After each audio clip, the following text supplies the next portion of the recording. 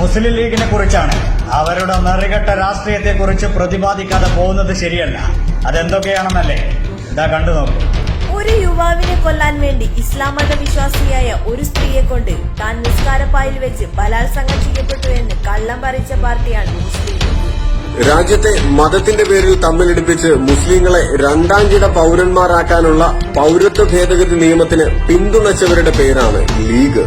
മസ്ജിദിന് വേണ്ടി സ്ഥലം വിട്ടുകൊടുത്ത അറുമുഖൻ എന്നയാൾ ഹിന്ദുവായതിന്റെ പേരിൽ അയാൾക്ക് വോട്ട് ചെയ്യരുതെന്ന് പറഞ്ഞവരുടെ പാർട്ടിയാണ് മുസ്ലിം ലീഗ്. എത്തിമക്കളുടെ സ്ഥലം അപഹരിച്ച് വിധവകളുടെ സമ്പാദ്യം വരെ തട്ടിയെടുത്ത കമറുദ്ദീന്റെ പാർട്ടിയാണിത്. ഗുജറാത്ത് കലാപത്തിൽ നരേന്ദ്രമോദിക്ക് പങ്കില്ലെന്ന് പ്രസംഗിച്ച KM ഷാജിയുടെ പാർട്ടിയാണിത്. റമദാൻ 27 രാവിൽ കുണ്ടൂർ ഉസ്താദിന്റെ മകനെ കുത്തിക്കൊന്നവരുടെ പാർട്ടിയാണ് മുസ്ലിം ലീഗ്.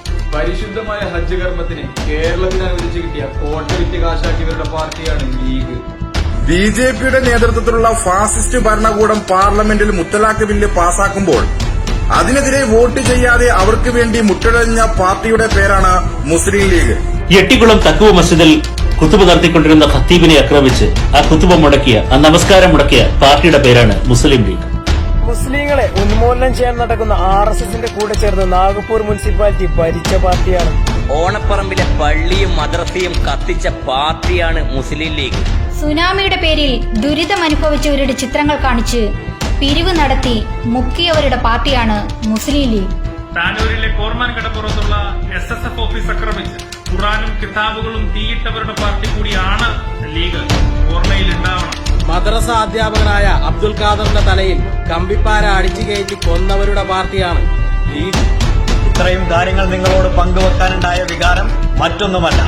തദ്ദേശ തെരഞ്ഞെടുപ്പിന് അടുത്തപ്പോൾ പതിവ് പോലെ മുസ്ലിം ലീഗിന്റെ നേതാക്കൾ ഇറങ്ങിയിട്ടുണ്ട്. കമ്മ്യൂണിസ്റ്റുകാർക്കുള്ള നരകവും മുസ്ലിം ലീഗുകാർക്കുള്ള സ്വർഗവും കൊണ്ട് ഒരൊറ്റ അഭ്യർത്ഥന മാത്രമേ നിങ്ങളോട് പറയാനുള്ളൂ.